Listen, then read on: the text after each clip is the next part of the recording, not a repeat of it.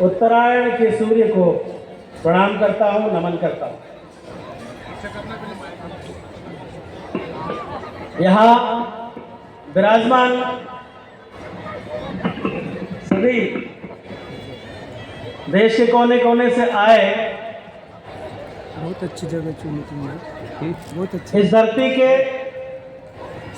मूल बीज, प्रॉब्लम नहीं, मूलवासी आदिवासी बंधु भगिनियों का दिल की गहराइयों से स्वागत करता हूं।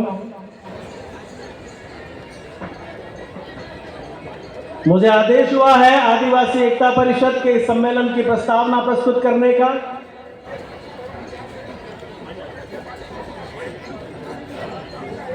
जिस धरती पर आप विराजमान हैं, अभी डोंगर भाई बागुल ने बताया था, ये भीलवाड़ा है, भीलों की धरती। हमारे महान पूर्वज महाराज हिरण्यधनु के पुत्र एकलव्य भिल्ल के वंशजों की धरती। बाद में इसका नाम पानखेड़ा पड़ा। ये नाम भी हमारे पूर्वजों ने ही रखा होगा। पान यानी पत्ते और खेड़ा यानी आदिवासियों की आबादी। जो आक्रामक आबादी होती है ना, उसको खेड़ा कहते हैं। यहां के पत्ते भी आक्रामक थे, जैसा हमारा स्वभाव है। तो पानखेड़ा की धरती पे आपका स्वागत है, अभिनंदन है। साथियों, आदिवासी एकता परिषद इन 3 शब्दों में बहुत बड़ी जान है। आदिवासी आदिकाल से, युगों युगों से इस धरती पर रहने वाला ही नहीं, इस धरती को बनाने वाला। और एकता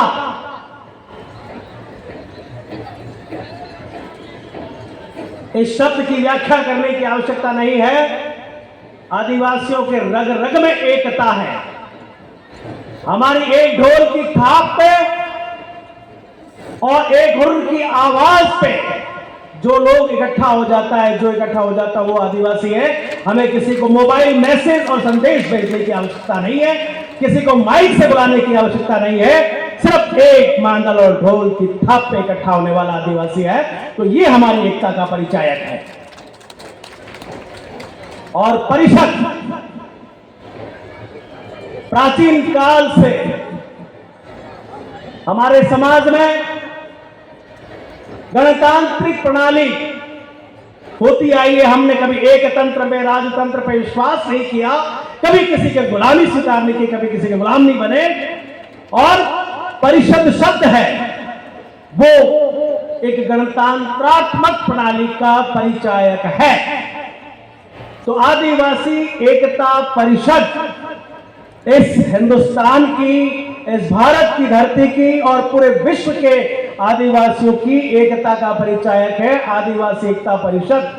इसीलिए हमने राष्ट्रीय या अंतरराष्ट्रीय शब्द भी नहीं लगाया है, क्योंकि आदिवासी शब्द ही अपने आप में एक ग्लोबल है। ग्लोबल ही कहा, पूरी गैलेक्सी में फैला हुआ। अभी घोसा पेंटर बता रहे थे ना एलन मस्क की बात, उसकी कंपनी वर्जिन गैलेक्टिक। उस वर्जिन गैलेक्टिक का यान लेके अगर वो इस गैलेक्सी के किसी दूसरे ग्रह पे भी पहुंच गया ना, तो उसको वहां पे अवतार मिलेगा। अवतार मूवी देखी है किसी ने? तुम कहीं भी चले जाओ, किसी भी ग्रह पे चले जाओ, वहां आदिवासी के रूप में तुम्हें अवतार जरूर मिलेगा। और वो तुम्हारी चुनौती बनेगा, तुम्हारा सामना करेगा, डट के मुकाबला करेगा और तुम्हें वापस जाने के लिए मजबूर कर देगा।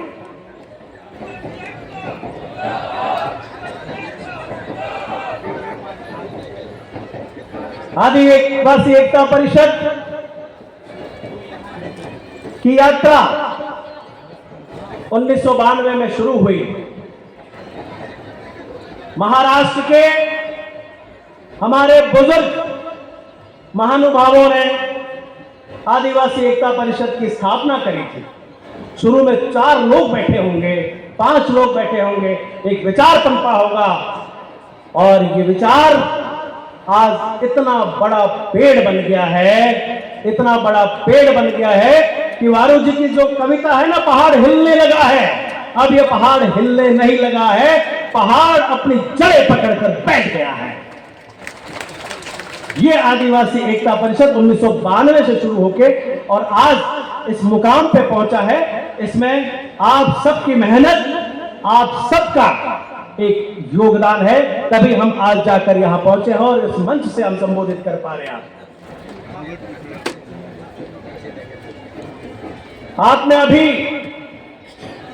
देखा गोसा पेंटर ने थीम का अनावरण किया था।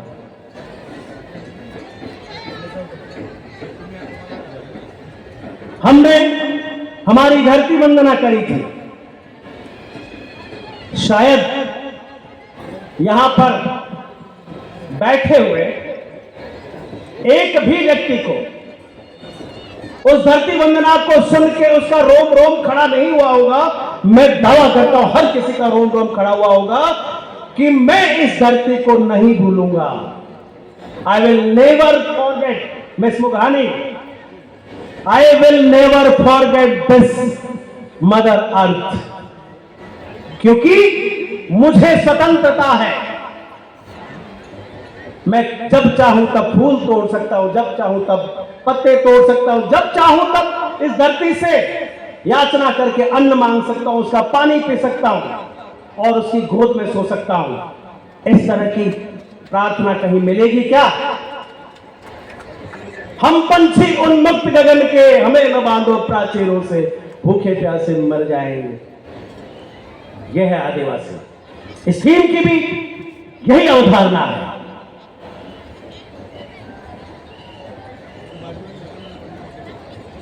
बीचों बीच में एक आदिवासी पुरुष खड़ा है, उसके एक तरफ हम हैं और एक तरफ बाकी दुनिया है।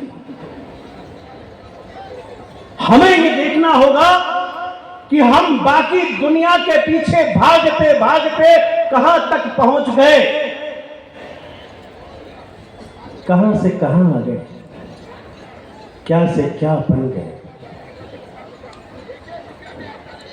जब इस धरती पे पहला मानव आया होगा, पहला आदिवासी जन्मा होगा, उसने आग का आविष्कार किया, उसने पहिए का आविष्कार किया, जंगल और पहाड़ खोद के उसने धरती को खेती लायक बनाया, अन्न की खोज की, खाने लायक पदार्थों को ढूंढा, भोजन पकाना सीखा और इस दुनिया को अपने पेट भरने का पहला पाठ पढ़ाया होगा। उसके बाद आज हम ज्यादा पीछे ना जाए, आज से 50 साल पहले की ही अगर हम हमारी बातों को, हमारे बचपन की बातों को ही याद करें, मैं समझता हूं कि शायद ये वाली हम जो यहां पर बैठे हैं ना, इस पीढ़ी ने जितने बदलाव देखे हैं वो आने वाली पीढ़ी महसूस भी नहीं कर सकती। हम चड्डी से पैंट पे आए हैं और हम हल से मोबाइल पे आए हैं और हम नोकिया से एआई पे आए हैं, हम बैलगाड़ी से कार पे आए हैं और हम ट्रैक्टर से वर्जिन गैलेक्टिक तक आ गए, स्पेस एक्स तक आ गए। जिस पीढ़ी ने, इस पीढ़ी ने जितना ये बदलाव देखा है, ये बदलाव नहीं है दोस्तों, ये विनाश है। हम ये जो विनाश देख रहे हैं ना, हम क्या थे, इसमें एक चीज बताई हुई है, आईवीएफ तकनीक। मैं दावे के साथ कहता हूं, जितने भी मैं जानता हूं जिन जिन के आईवीएफ से बच्चे पैदा हुए वो जुड़वा ही है, क्योंकि हमने हमारे जीव का, हमारे प्रकृति के संतुलन का, हमारी शारीरिक संरचना का, हमारे ब्लड का, हमारी सेल्स को, सबको दूषित कर दिया है। और ये दूषित होने का परिणाम है कि आने वाली पीढ़ी ही वर्ण संकर पैदा हो रही है। हमें ओरिजिनल आदिवासी रहना है तो उन पुरानी बातों को याद करना होगा और पुरानी परंपराओं को याद करना होगा और पुराने खान पान की तरफ हमें लौटना होगा।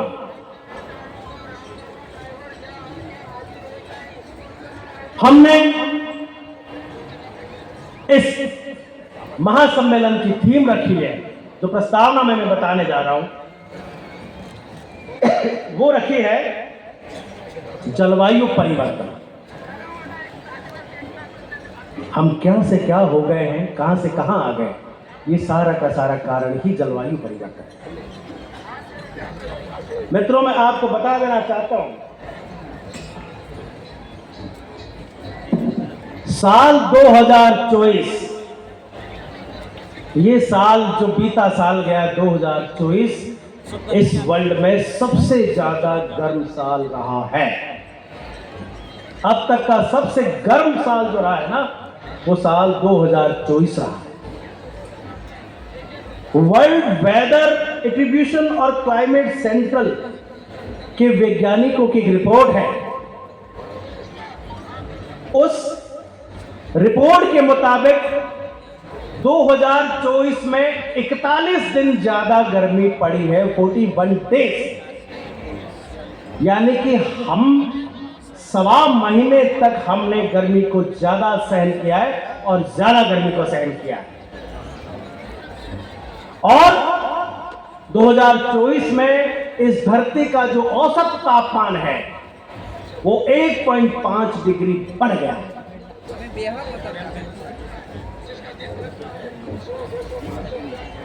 और इसका सबसे बड़ा जो कारण है वो जलवायु परिवर्तन है। 3700 लोग मरे, 3700 लोग, वो रिकॉर्ड के अनुसार मरे। जलवायु परिवर्तन के कारण जो समस्या पैदा हुई है उसके कारण 3700 लोग मरे। 3700 तो सिर्फ आंकड़ा है। इंटीरियर जहां हम खड़े हैं, ऐसे अगर आदिवासी गांवों में जाओगे तो पता चलेगा जिनका कोई रिकॉर्ड ही नहीं है, कितने बच्चे। और मैं कहता हूं कि जलवायु परिवर्तन का सबसे ज्यादा जो प्रभाव पड़ा है वो आदिवासियों के ऊपर पड़ा है।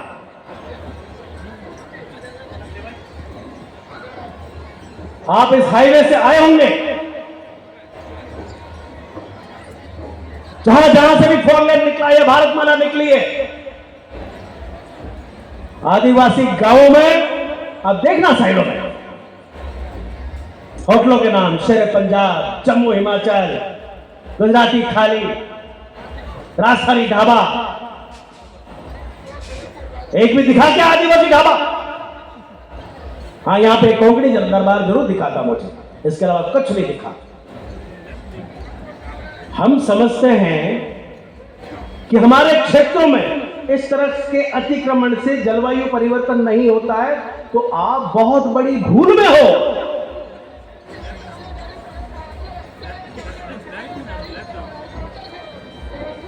जब हमारे बाप दादे मिट्टी के कच्चे मकानों में रहते थे, प्रकृति के बीच में रहते थे, बहुत स्वस्थ होते थे, ऑर्गेनिक फूड खाते थे और बड़े मोटे ताजे तगड़े होते थे, किसी भी की सेना को हराने में वो सक्षम होते थे। लेकिन आज मैं बताऊं, एक ढाबा जो रोड साइड बना हुआ है, वो एवरेज एक महीने का एवरेज 40 क्विंटल कचरा, 40 क्विंटल कचरा जो 0.2 तापमान बढ़ाने के लिए जिम्मेदार है, वो कचरा उत्सर्जित करता है। और हम समझते हैं कि इनसे क्या फर्क पड़ेगा। एक हाईवे से जाने वाले ट्रक और उनसे निकली हुई गैसें, एक वैज्ञानिक है फ्रेडरिक ओटो, उसने कहा है अध्ययन से 29 देशों का अध्ययन किया था और 29 देशों में उन्होंने वेदर पैटर्न को देखा और उन्होंने कहा कि ये जो जीवाश्म ईंधन है, जीवाश्म ईंधन यानी कि डीजल, पेट्रोल, इनसे निकलने वाली गैसें, ये जलवायु परिवर्तन का बहुत बड़ा कारण है, सबसे बड़ा कारण है। पहले तो हम सोच रहे थे कि ओजोन परत में छेद हो रहा है और इसके कारण जो पराबैंगनी किरणें आ रही है, इससे ग्लोबल वार्मिंग हो रही है। नहीं, हमारे आसपास होने वाली हर चीज, ये प्लास्टिक की बोतल, ये प्लास्टिक की बोतल भी जलवायु परिवर्तन का कारण है। इसको बनने में जो प्रोसेस लगता है और इसके कचरे से जो प्रदूषित चीजें पर्यावरण में फैलती हैं, वो भी जलवायु परिवर्तन का बहुत बड़ा कारण है। ये सम्मेलन, इस सम्मेलन की थीम हमने इसीलिए ये रखी है कि आदिवासी जागरूक होगा तो जलवायु परिवर्तन के खिलाफ लड़ेगा। यहां पर बहुत सारे हमारे नेता विराजमान हैं, जनप्रतिनिधि विराजमान हैं। हमें हमारी जो पहचान है उसको बनाए रखने के लिए और इस जलवायु को, इस पर्यावरण को बचाने के लिए आपने देखा होगा, अभी एक वीडियो बहुत वायरल हुआ है। न्यूजीलैंड के एक सांसद है हन्ना ताइते क्लार्क, उसने हाका किया, न्यूजीलैंड के पार्लियामेंट में हाका किया, खम्मत करके। और वो क्यों किया? क्योंकि उस न्यूजीलैंड के संसद ने एक बिल पास किया था, वो बिल लाई थी कि न्यूजीलैंड में आदिवासी की पहचान अलग है और दूसरे लोगों की पहचान अलग है, तो सबकी पहचान बराबर कर दो। उस लेडी ने विरोध किया और पूरे विश्व में छा गई। तो हमें भी हाथ तक करना होगा। जिस दिन हमारी पहचान खत्म हो गई, उस दिन न तो जलवायु बचेगी, न पर्यावरण बचेगा, न धरती बचेगी। हमारा सम्मेलन सांस्कृतिक एकता महासम्मेलन है।